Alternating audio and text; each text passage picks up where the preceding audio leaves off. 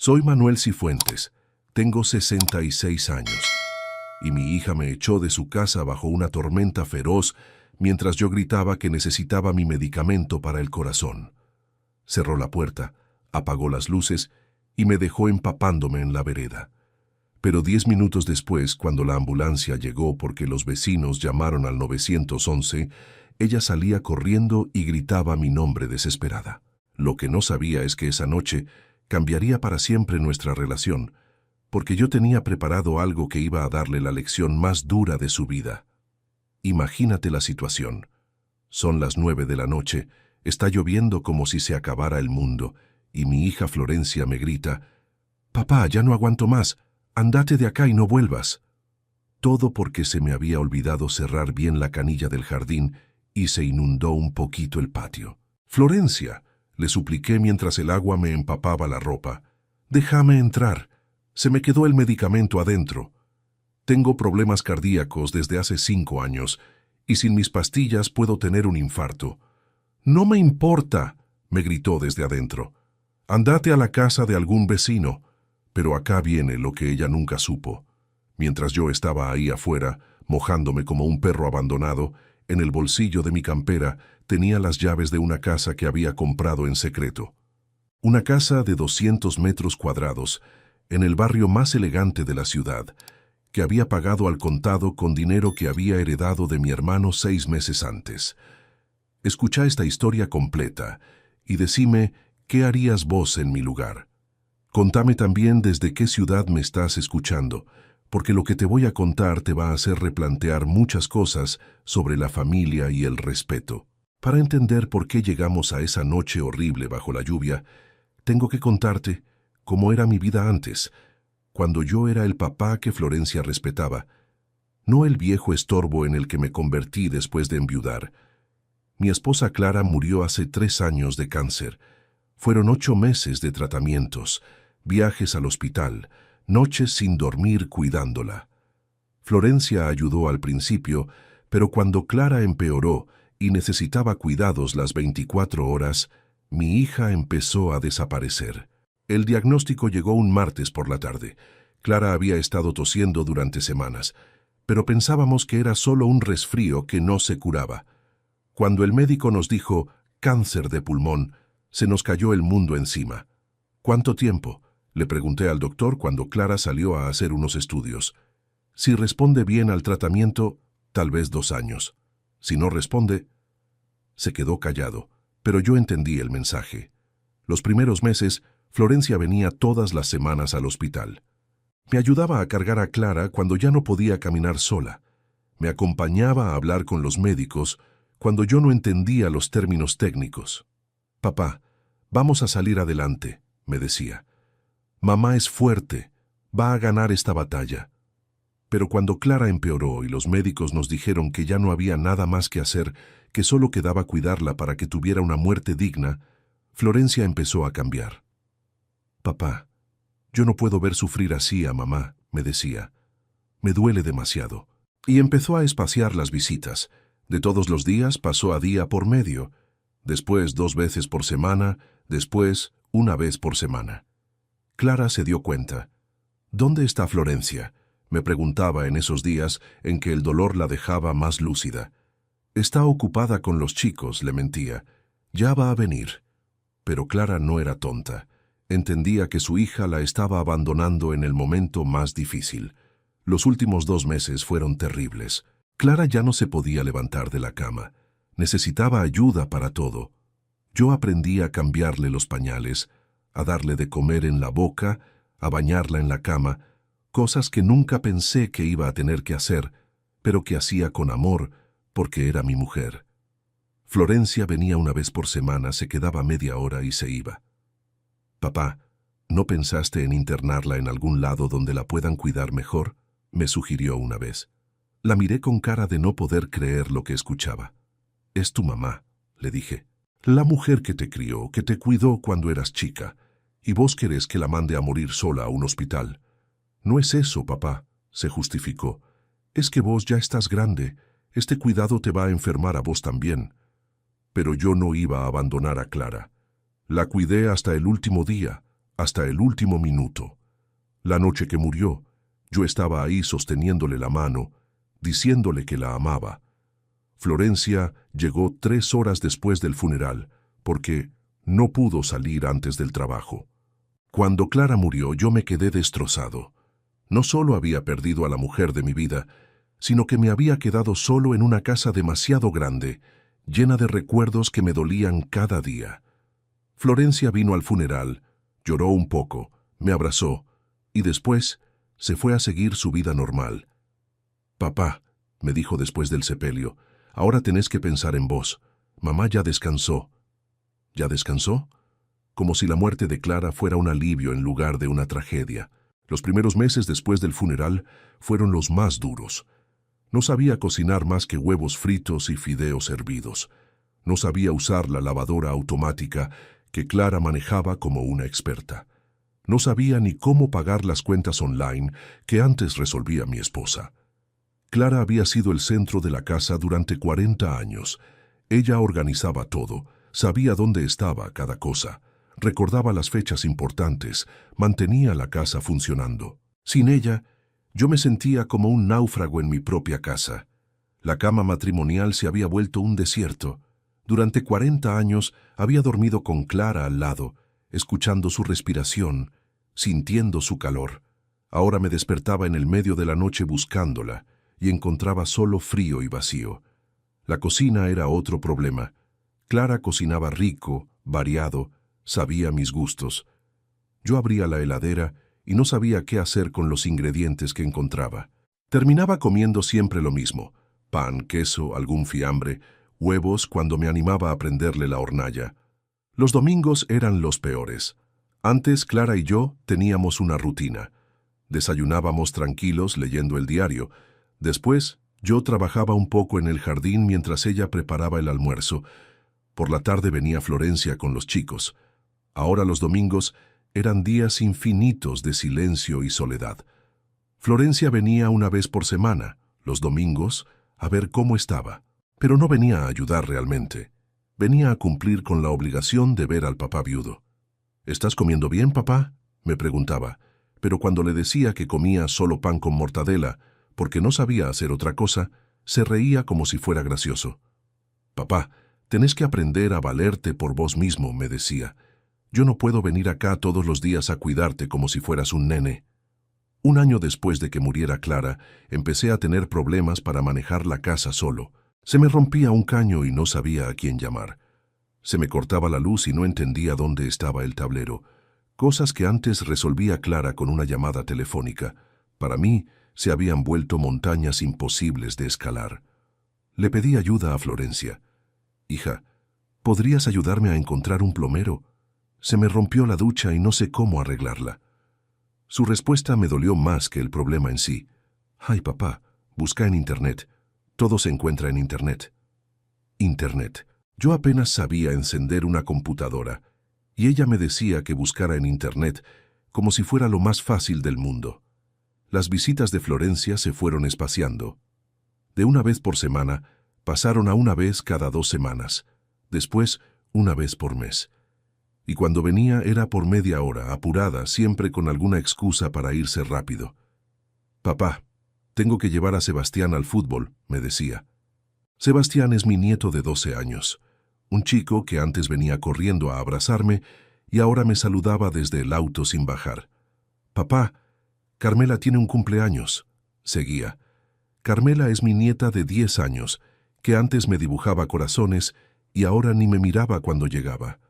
Un día me caí en el baño, me resbalé saliendo de la ducha, me golpeé la cadera contra el piso y no me podía levantar. Estuve tirado ahí durante 2 horas hasta que pude arrastrarme al teléfono para llamar a Florencia. «Papá, ¿qué pasó?», me preguntó cuando le conté. «Me caí en el baño y me duele mucho la cadera. ¿Podrías venir a ayudarme?». Su respuesta me heló el alma. «Papá, estoy en el trabajo. ¿No podés llamar a una ambulancia?». Una ambulancia. Su papá se había caído, podía haberse roto algo serio, y ella me sugería que llamara a una ambulancia en lugar de venir ella misma. Después de ese episodio, Florencia empezó a insistir con una idea que me aterraba. Papá, no podés seguir viviendo solo. Tenés que venir a vivir conmigo. Al principio pensé que era una buena idea. Iba a estar con mi familia, iba a ver crecer a mis nietos, iba a tener compañía. Está bien, hija, le dije. Si me querés en tu casa, yo encantado de ir. Pero cuando llegué a su casa con mis pocas cosas, me di cuenta de que había cometido un error terrible. Florencia no me había invitado a vivir con ella porque me quería cerca. Me había invitado porque era más fácil controlarme si yo estaba bajo su techo. Papá, acá tenés tu cuarto, me dijo mostrándome un cuartito pequeño al fondo de la casa, lejos del living, lejos de la cocina, lejos de donde transcurría la vida familiar. Era como una habitación de servicio, no como el cuarto del abuelo querido. Las reglas empezaron desde el primer día. Papá, no pongas la televisión muy fuerte porque los chicos tienen que estudiar. Papá, no uses la cocina cuando yo estoy cocinando porque me estorbás. Papá, no salgas al jardín descalzo porque vas a traer barro adentro. Regla tras regla, límite tras límite, yo me fui convirtiendo en un huésped indeseado en la casa de mi propia hija. Peor aún, en un huésped al que había que tolerar porque era familia. La primera semana me di cuenta de que había cometido un error terrible. El cuartito que me habían dado como habitación no tenía ventanas grandes, solo un ventanuco pequeño que daba al pasillo interno. Era oscuro, húmedo, frío en invierno y caluroso en verano. Es temporario, papá, me dijo Florencia cuando me quejé de la humedad. Cuando tengamos tiempo vamos a arreglar la ventilación. Pero ese tiempo nunca llegó. Durante 6 meses viví en ese cuarto que parecía más un depósito que una habitación. Los horarios de las comidas eran otro problema. Florencia y su familia cenaban a las 9 de la noche, pero a mí me daban de comer a las 7. Es mejor para tu digestión, papá, me explicaba. A tu edad no conviene comer tarde. Era mentira. La verdad era que no querían que yo participara de las cenas familiares. Comía solo en la cocina, mirando las paredes, escuchando las risas que venían del comedor donde cenaba mi familia. Mis nietos contaban cómo les había ido en el colegio. Florencia y Tomás hablaban del trabajo, planificaban los fines de semana, y yo, excluido de todo, comía en silencio como un empleado doméstico.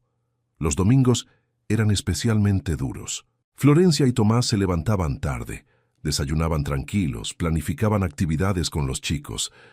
A mí me decían, «Papá, vamos a salir. ¿Querés venir o preferís quedarte acá descansando?» Era una pregunta trampa. Si decía que quería ir, se notaba que lo hacían a regañadientes.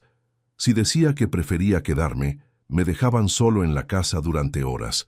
Generalmente elegía quedarme porque era menos humillante que ser tolerado en una salida familiar.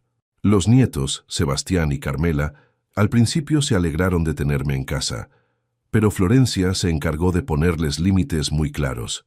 No molesten al abuelo cuando está descansando. No le pidan cosas al abuelo porque él ya está grande. No hagan ruido cerca del cuarto del abuelo. En lugar de integrarme a la familia, me aislaron.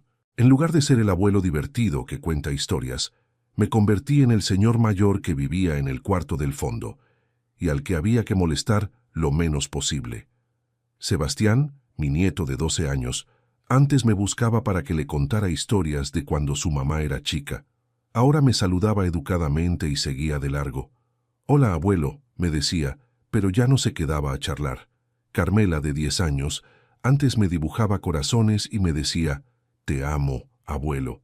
Ahora me miraba con esa mezcla de lástima y incomodidad que ponen los chicos cuando no saben cómo relacionarse con los adultos mayores. «¿Por qué el abuelo está siempre triste?», le escuché preguntarle una vez a Florencia. «El abuelo no está triste», le respondió mi hija. «Los abuelos son así. Cuando uno es viejo se vuelve más serio». Más serio. Yo no era serio, era deprimido. Estaba viviendo en una casa donde era tratado como un objeto, donde mis opiniones no importaban, donde mi presencia era tolerada, pero no deseada. El marido de Florencia, Tomás, me trataba con esa cortesía fría que usan las personas cuando no tienen más remedio que convivir con alguien. «Hola, Manuel, ¿cómo andás?», me saludaba, pero nunca se quedaba a charlar. Nunca me incluyó en una conversación. Nunca me trató como si fuera parte de la familia. Cuando miraba televisión en el living, él cambiaba de canal sin preguntarme. «Perdón, Manuel, pero tengo que ver las noticias del trabajo», me decía. Y yo me levantaba del sillón para irme a mi cuarto, porque entendía que sobraba. Las conversaciones telefónicas de Florencia también me dolían. La escuchaba hablar con sus amigas. «Sí, mi papá está viviendo acá desde que murió mi mamá. Es complicado, pero no tengo otra opción». Como si yo fuera una carga inevitable que había que soportar. Una vez la escuché hablar con su hermana que vive en el exterior. «No sabes lo difícil que es cuidar a papá. Se está volviendo muy dependiente. A veces pienso que tendríamos que buscarle un geriátrico». Un geriátrico. Su papá, que había trabajado toda la vida, que la había criado sola durante años cuando era chica, que había cuidado a su madre hasta el último día, y ella hablaba de mandarme a un geriátrico como si fuera un mueble viejo que no sabía dónde poner. Esa noche lloré en mi cuarto. Lloré por Clara, que ya no estaba para defenderme. Lloré por Florencia, que se había convertido en una extraña.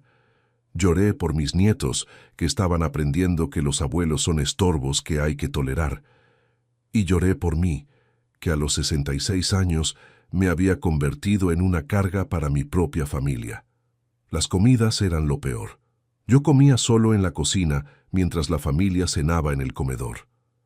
«Es más cómodo para vos, papá», me decía Florencia. «Así podés comer a tu ritmo sin presiones». Pero yo entendía el mensaje. No encajaba en la mesa familiar. Cuando miraban televisión juntos en el living, yo estaba en mi cuarto. Cuando salían los fines de semana, me decían: «Papá, vamos a salir. ¿Estás cómodo quedándote acá?». No era una invitación, era una notificación. Me fui convirtiendo en el abuelo invisible.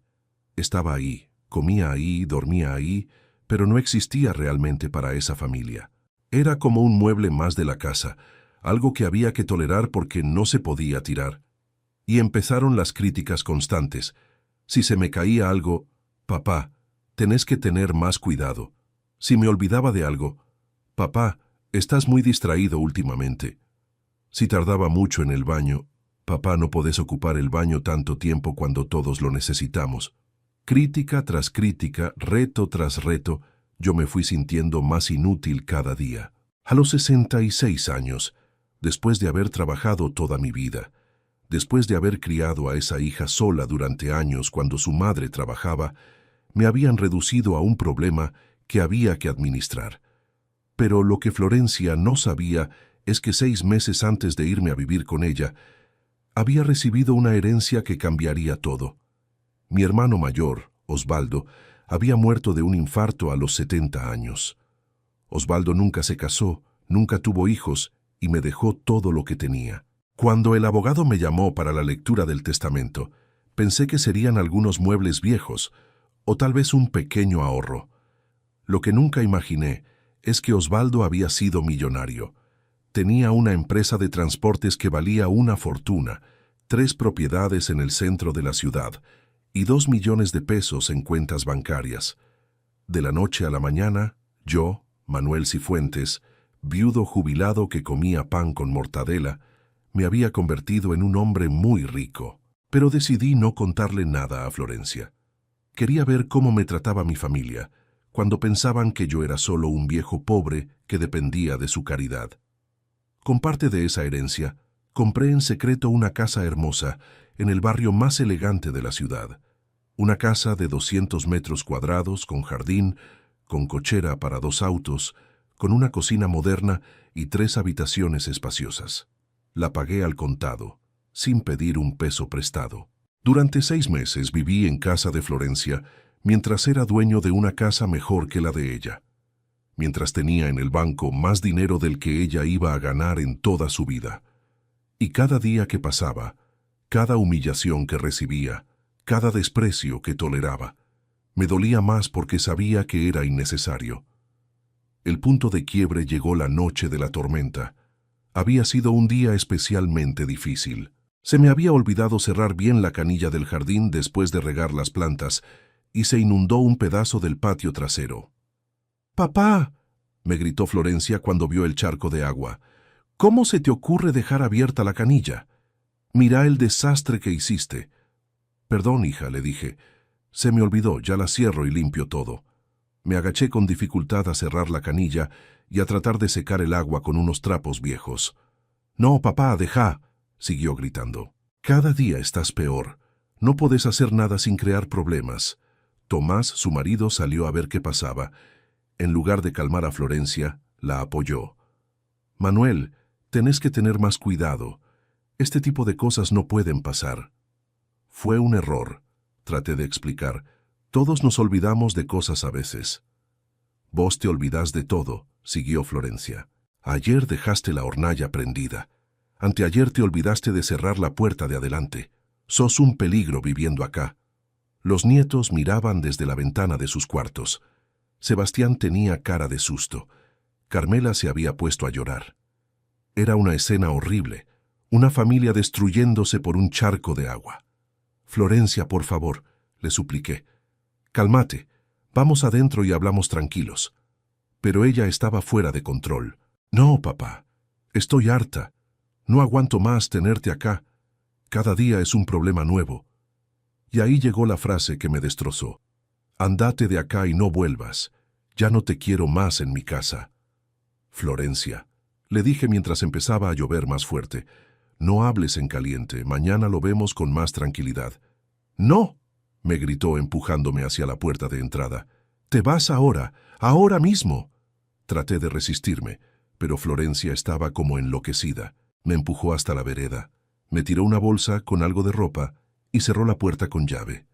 Después apagó la luz del porche y me dejó ahí, solo, bajo una tormenta que cada vez se hacía más intensa. «Florencia», le grité golpeando la puerta. «Déjame entrar, se me quedó la medicación adentro».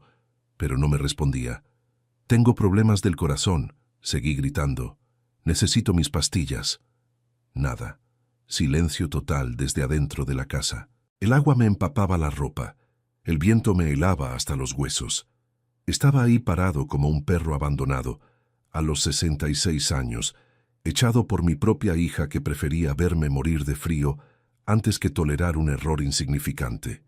Pero en el bolsillo de mi campera, protegidas en una bolsita plástica, estaban las llaves de mi casa nueva. La casa que había comprado con la herencia de Osvaldo. La casa que nadie sabía que existía. La casa donde podía vivir con dignidad en lugar de soportar humillaciones. Saqué mi teléfono, que por suerte estaba en el bolsillo interno de la campera y no se había mojado tanto, y llamé un taxi. «Señor», le dije al taxista cuando llegó, «lléveme a la calle Las Heras 3500. ¿Está seguro que quiere ir ahí con esta tormenta?», me preguntó viendo mi estado empapado. «Es un barrio muy elegante. ¿No se equivoca de dirección?». «No me equivoco», le respondí. «Vivo ahí». Durante el viaje, que duró 20 minutos por la tormenta, pensé en todo lo que había pasado. En los meses de humillaciones, en las reglas absurdas, en el trato de huésped no deseado, en la falta de respeto de mi propia hija. Cuando llegamos a mi casa nueva, el taxista se quedó sorprendido. «Señor, esta es una casa muy linda. ¿Está seguro que es acá?». «Muy seguro», le dije pagándole con un billete grande. «Gracias por traerme». Abrí la puerta de mi casa, prendí las luces, y por primera vez en meses me sentí en mi hogar. No en una habitación prestada, no en un cuarto de servicio, sino en mi casa, donde nadie me iba a poner reglas absurdas ni me iba a tratar como un estorbo. Mientras tanto, en casa de Florencia, había empezado el drama que yo no sabía que estaba pasando. Doña Raquel, la vecina de enfrente de Florencia, había visto toda la escena desde su ventana. Cuando vio que yo me había ido en el taxi bajo la tormenta, se preocupó. Conocía mis problemas cardíacos porque Clara, mi esposa, se lo había contado años atrás. Media hora después de que yo me fuera, doña Raquel tocó el timbre de lo de Florencia. «Florencia», le dijo cuando le abrió la puerta, «¿dónde está tu papá? Lo vi irse empapado en un taxi». «Se fue a la casa de algún conocido», le respondió Florencia con frialdad. Ya era hora de que aprendiera a valerse por sí mismo. «Pero Florencia», insistió doña Raquel, «está lloviendo torrencialmente. Tu papá es grande, tiene problemas del corazón. ¿No te preocupa que le pase algo? Mi papá está grande, pero no es tonto, siguió Florencia. Él sabrá dónde ir. Doña Raquel se fue preocupada, pero no convencida. Conocía a Florencia desde chica. Sabía que a veces tomaba decisiones impulsivas, de las que después se arrepentía. Una hora después, doña Raquel volvió a tocar el timbre. Florencia, llamé a todos los vecinos del barrio preguntando si habían visto a tu papá. Nadie sabe dónde está. Con esta tormenta, a su edad, con sus problemas de salud, ¿no pensás que deberías buscarlo? Ahí Florencia empezó a ponerse nerviosa. ¿Llamaste a todos los vecinos? ¿Por qué hiciste eso? Porque estoy preocupada por don Manuel, le respondió doña Raquel.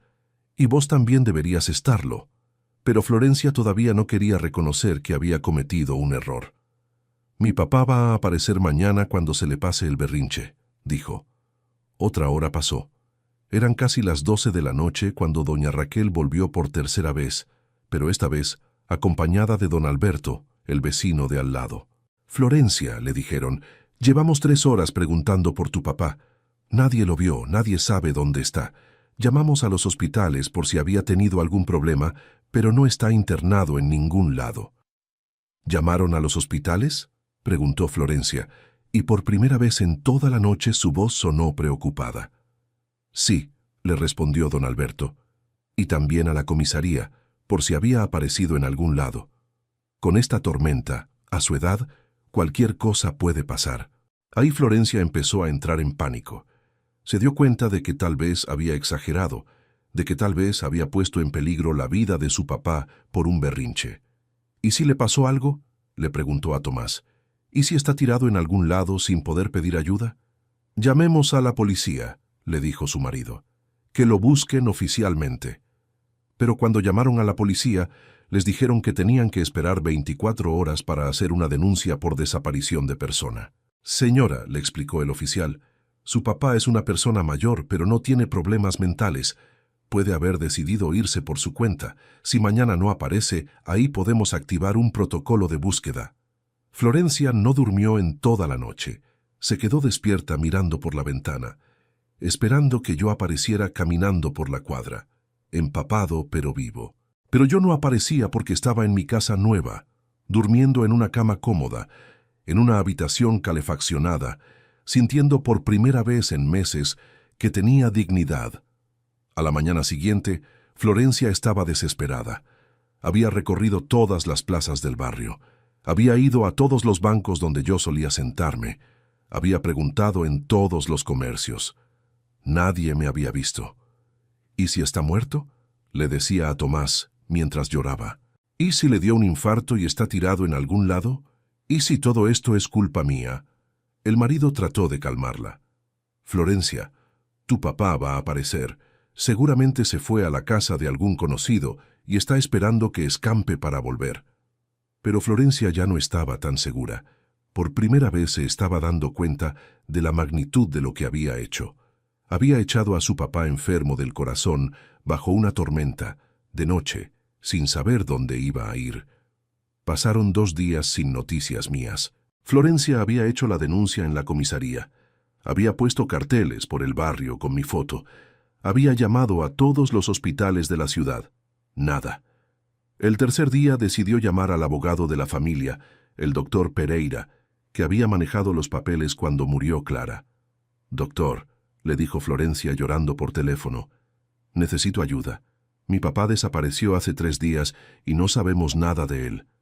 ¿Desapareció cómo?, le preguntó el abogado. Florencia le contó todo, la discusión, la tormenta, cómo me había echado de casa sin saber dónde iba a ir. El doctor Pereira la escuchó en silencio.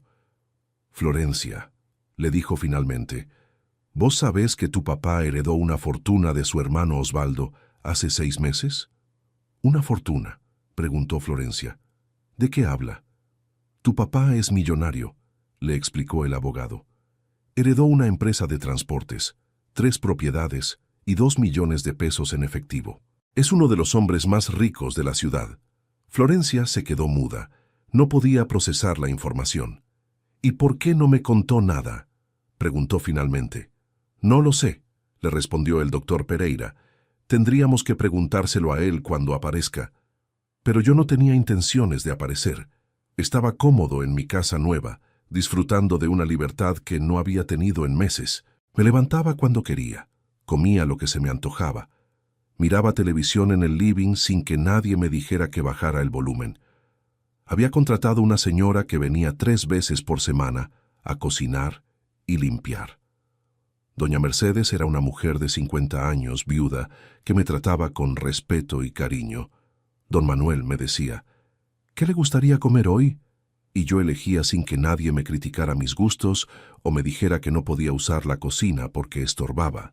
También había empezado a salir, a conocer el barrio, a hacer amigos en el club de la zona. Era un club elegante donde había gente de mi edad que había trabajado toda la vida y ahora disfrutaba de su jubilación con dignidad. «Usted debe ser el señor Cifuentes que compró la casa de las Heras», me dijeron cuando fui a inscribirme al club. «Bienvenido al barrio. Acá va a estar muy cómodo».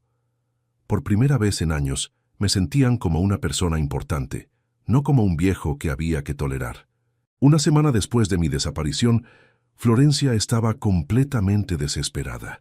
Había contratado un detective privado, había salido en la radio local pidiendo información sobre mí, había ofrecido una recompensa a quien me encontrara. Durante esos primeros 7 días, Florencia vivió el infierno que se merecía. No durmió más que 3 horas por noche. Se levantaba al amanecer a pegar carteles con mi foto por toda la ciudad. Había recorrido cada hospital, cada comisaría, cada hogar de ancianos de la provincia. Los vecinos que antes la saludaban cordialmente, ahora la miraban con reproches. Doña Raquel había contado por toda la cuadra la escena de aquella noche. Cómo me había echado bajo la tormenta, cómo había cerrado la puerta mientras yo suplicaba por mi medicamento.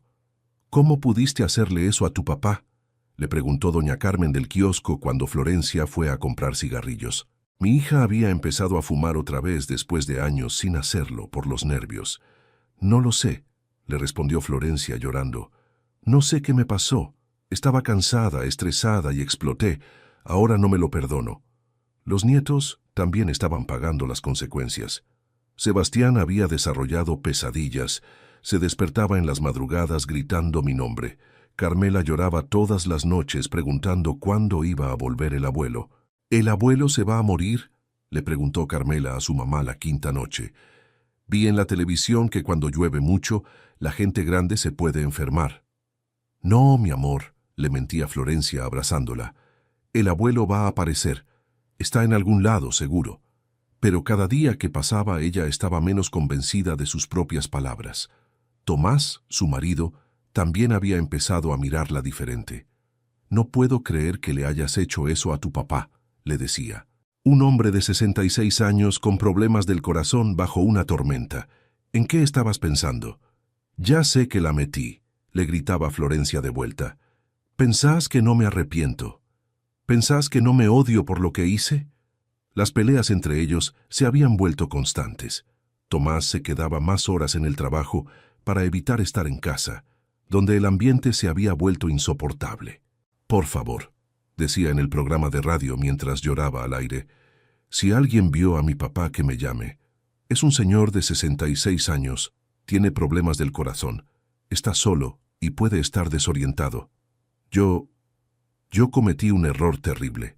Lo eché de casa una noche de tormenta y ahora no sé si está vivo o muerto». La conductora, conmovida por el relato, le preguntó, «¿Qué pasó exactamente esa noche, Florencia?». Y mi hija, quebrada por la culpa, confesó todo al aire.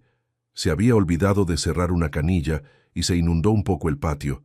Yo perdí los estribos, le grité cosas horribles. Cuando empezó la tormenta, en lugar de calmarse y dejarlo entrar, cerré la puerta. Mi papá me suplicaba desde afuera que necesitaba su medicación del corazón, pero yo estaba tan ciega de bronca que no le hice caso. Todo el barrio se enteró. Los comentarios en las redes sociales del programa de radio eran devastadores. «¿Cómo se le ocurre echar a un anciano bajo la lluvia? Esa mujer no merece ser hija. Espero que encuentren al abuelo sano y salvo». Una noche, después de 10 días de búsqueda infructuosa, Florencia se desplomó en el sillón de su living y se puso a llorar como una desesperada. «Se murió», le dijo a Tomás. «Mi papá se murió y es culpa mía. Le provoqué un infarto con lo que le hice». «No sabemos eso», trató de calmarla su marido. «Puede estar en algún lado, recuperándose, pensando qué hacer». «¿Dónde, Tomás? ¿Dónde puede estar? No tiene amigos íntimos, no tiene familia cercana aparte de nosotros. Si estuviera vivo, ya habría aparecido. Si estuviera internado, ya lo habríamos encontrado. Está muerto y yo lo maté». Yo escuchaba el programa de radio desde mi living, tomando café en una taza de porcelana cara, y me daba cuenta de la ironía. Ahora que creía que me había perdido para siempre, Florencia me valoraba. Ahora que pensaba que estaba muerto, me lloraba. Ahora que no me tenía, se daba cuenta de que me necesitaba. Pero yo no tenía intenciones de volver. No todavía. Necesitaba que Florencia entendiera completamente lo que había perdido cuando me echó de su casa como a un perro. 2 semanas después de mi desaparición, decidí que era momento de dar señales de vida. Llamé al doctor Pereira y le pedí que organizara una reunión con Florencia. «Doctor», le dije, «quiero ver a mi hija, pero con condiciones específicas». «¿Qué condiciones, don Manuel?» «Que venga sola, sin el marido, sin los nietos. Que venga a mi casa nueva. Y que entienda que esta conversación va a determinar si volvemos a tener relación o si desaparezco de su vida para siempre». El doctor Pereira llamó a Florencia esa misma tarde. «Florencia, encontré a tu papá. Está vivo, está bien, quiere verte». «Gracias a Dios», gritó Florencia llorando. «¿Dónde está? ¿Puedo ir a buscarlo?» «Está en su casa nueva», le dijo el abogado. «Una casa que compró con la herencia de su hermano. Pero quiere verte bajo ciertas condiciones». Cuando el doctor Pereira le explicó las condiciones, Florencia aceptó inmediatamente. «Lo que él quiera», dijo. «Solo quiero verlo y pedirle perdón». Al día siguiente, Florencia llegó a mi casa nueva en su auto viejo. Cuando tocó el timbre y yo le abrí la puerta, se quedó paralizada. No solo por verme vivo después de 2 semanas de angustia, sino por ver la casa donde estaba viviendo. «Papá», me dijo con los ojos llenos de lágrimas, «¿esta casa es tuya?» «Sí, hija», le respondí. «La compré con la herencia de tu tío Osvaldo. Bienvenida a mi hogar». Florencia entró como en trance, mirando los muebles elegantes, la decoración cara, el jardín perfectamente cuidado. Era una casa 5 veces mejor que la de ella. «Papá», me dijo sentándose en el sofá de cuero del living, «no entiendo nada. Si tenías esta casa, ¿por qué te viniste a vivir conmigo?» «Porque quería estar cerca de mi familia», le respondí. «Porque después de que murió tu mamá, me sentía solo y pensé que ustedes me querían cerca». «Te queríamos cerca», dijo Florencia, pero su voz no sonaba convincente. «¿En serio?», le pregunté. «¿Por eso me pusieron en el cuartito del fondo? ¿Por eso me hicieron comer solo en la cocina? ¿Por eso me trataron como un estorbo durante 6 meses?» Florencia se puso a llorar. «Papá, nos equivocamos. Yo me equivoqué. No sabía cómo manejar la situación. Nunca había vivido con una persona mayor». «Florencia», le dije, «yo no soy una persona mayor. Soy tu papá, el mismo hombre que te crió cuando eras chica, que trabajó toda la vida para darte educación, que cuidó a tu mamá hasta el último día». «Tenés razón», me reconoció entre sollozos. «Te traté mal, te faltaron el respeto, y la noche de la tormenta. Dios mío, papá, pensé que te habías muerto, pensé que te había matado con mi egoísmo. Casi me matás», le dije. «Esa noche me podría haber dado un infarto, me podría haber pasado cualquier cosa, y vos preferiste cerrar la puerta antes que darme refugio». «Perdóname, papá», me suplicó. «No sabía lo que hacía. Estaba enojada, frustrada, cansada, pero no hay excusa para lo que te hice». La escuché durante 1 hora. Me contó del infierno que había vivido durante esas 2 semanas, pensando que me había matado. Me contó cómo había llorado todas las noches, cómo se había arrepentido cada minuto de haberme echado bajo la lluvia. «Papá», me dijo finalmente, «¿hay alguna posibilidad de que me perdones? ¿De que volvamos a ser familia?» «Depende», le respondí. «¿Qué tipo de familia querés que seamos?» «Una familia real», me dijo. Una familia donde vos seas respetado, valorado, querido. Una familia donde seas el abuelo que mis hijos necesitan y el papá que yo perdí cuando me volví egoísta. Florencia, le dije, yo no voy a volver a vivir a tu casa. Esta es mi casa ahora, y acá me quedo. Pero eso no significa que no podamos reconstruir nuestra relación. ¿Qué tendría que pasar para que eso suceda?, me preguntó. Primero, le expliqué, necesito que entiendas que soy una persona adulta que puede tomar sus propias decisiones. No soy un niño al que hay que cuidar ni un estorbo que hay que tolerar. Entendido, asintió. Segundo, quiero una relación real con mis nietos, no visitas protocolarias donde me ven 5 minutos y se van. Quiero que vengan acá, que conozcan a su abuelo, que aprendan de mí. Perfecto, me dijo. Tercero, cuando vengan a visitarme, quiero que sea porque realmente quieren estar conmigo, no porque se sienten obligados. Papá, me dijo Florencia tomándome las manos, durante estas 2 semanas me di cuenta de algo importante.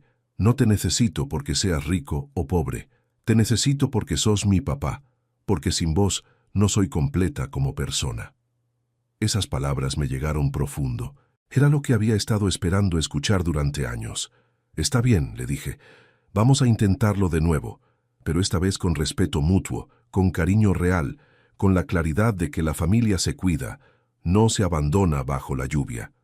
Hoy, 6 meses después de aquella noche horrible bajo la tormenta, puedo decir que mi relación con Florencia cambió completamente. Viene a visitarme 2 veces por semana, no por obligación, sino porque realmente disfruta estar conmigo. Pero el cambio no fue inmediato. Durante las primeras semanas después de nuestro reencuentro, Florencia todavía estaba procesando todo lo que había pasado, toda la culpa que había cargado durante mi desaparición. Papá, me dijo en una de sus primeras visitas, todas las noches durante esas 2 semanas me despertaba pensando que te había matado.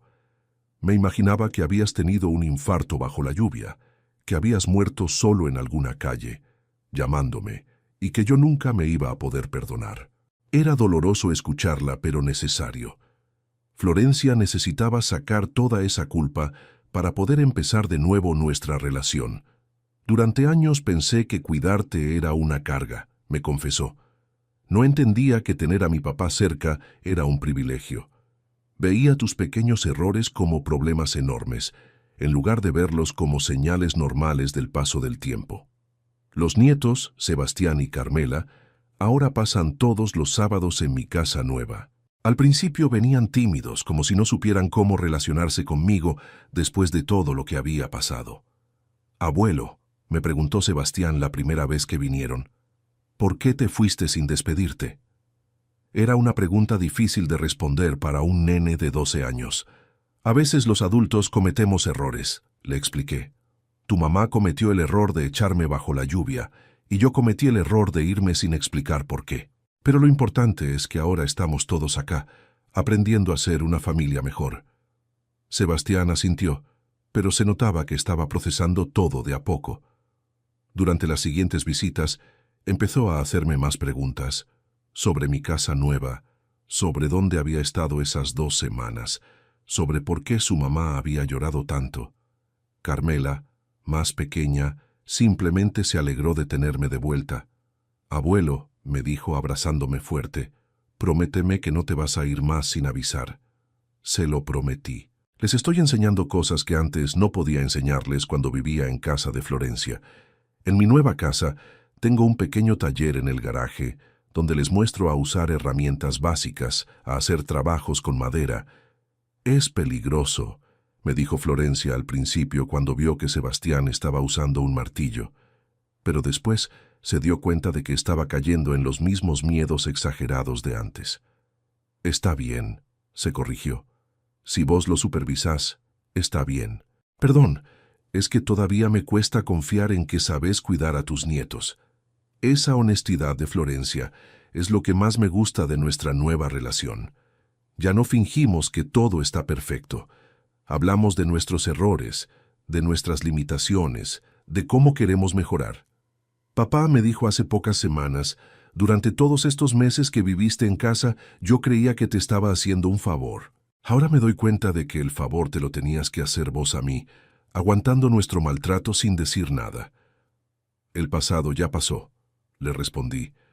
Lo importante es que ahora entendemos cómo debe funcionar una familia real. También hablamos mucho de Clara, mi esposa, su madre. Florencia finalmente pudo procesar la culpa que sentía por haber abandonado a su mamá durante la enfermedad. Me arrepiento tanto de no haber estado más con mamá cuando se estaba muriendo, me confesó llorando. Pensaba que era demasiado doloroso para mí, pero no entendía que era mi responsabilidad estar ahí. Tu mamá te entendía, le dije. Sabía que eras joven, que tenías tus hijos que cuidar, pero creo que le hubiera gustado saber que después de su muerte, vos ibas a cuidar mejor a tu papá. Con parte de la herencia de Osvaldo, decidí crear un fondo educativo para mis nietos que van a poder usar cuando cumplan 25 años, pero con una condición muy específica. Solo van a poder acceder al dinero si durante los 10 años anteriores han visitado a su abuelo regularmente y han demostrado respeto hacia los adultos mayores de sus familias. ¿Por qué esa condición?, me preguntó Florencia cuando se lo expliqué. Porque quiero que aprendan algo que vos tardaste mucho en entender, que los abuelos no somos cargas que hay que tolerar. Somos personas con experiencia, sabiduría y amor para dar, y eso vale más que cualquier herencia monetaria. También doné una parte importante del dinero a un hogar de ancianos que cuida específicamente a personas que fueron abandonadas por sus familias. Gente que, como yo estuve a punto de estar, terminó sola porque sus hijos no entendieron el valor de la familia. Don Manuel, me dijo la directora del hogar cuando hice la donación, usted entiende mejor que nadie lo que es sentirse abandonado por la propia familia. Por eso su ayuda es tan significativa para estos abuelos. Entiendo perfectamente, le respondí, y quiero que otros no pasen por la misma humillación que pasé yo. Clara, mi nueva compañera del club de jubilados del barrio, me dijo algo la semana pasada que me quedó grabado. Manuel, vos le demostraste a tu hija algo muy valioso, que uno puede elegir cómo quiere ser tratado, incluso por la familia, que la dignidad no se negocia por amor. Tiene razón. Esa noche bajo la lluvia, cuando Florencia me cerró la puerta en la cara, yo podría haber vuelto al día siguiente suplicando perdón, aceptando el maltrato, conformándome con ser el abuelo estorbo. En lugar de eso, elegí la dignidad. Elegí demostrar que tenía opciones, que tenía recursos, que no iba a tolerar el desprecio de nadie, ni siquiera de mi propia hija. Y vos que me escuchaste hasta acá, decime, ¿harías lo mismo que hice yo? ¿O pensás que fui muy duro desapareciendo durante 2 semanas? Contame desde qué ciudad me estás escuchando y si alguna vez tuviste que elegir entre la dignidad y la familia. Porque al final lo que aprendí es que la familia verdadera no es la que te tolera por obligación, es la que te respeta por amor, la que te cuida en las buenas y en las malas, la que entiende que envejecer no es una vergüenza, sino un privilegio que no todos tienen. Esa noche bajo la lluvia me pudo haber matado, pero en lugar de matarme, me devolvió la vida, me devolvió la dignidad, me devolvió la certeza de que merezco respeto, independientemente de mi edad. Y eso, te aseguro, no tiene precio.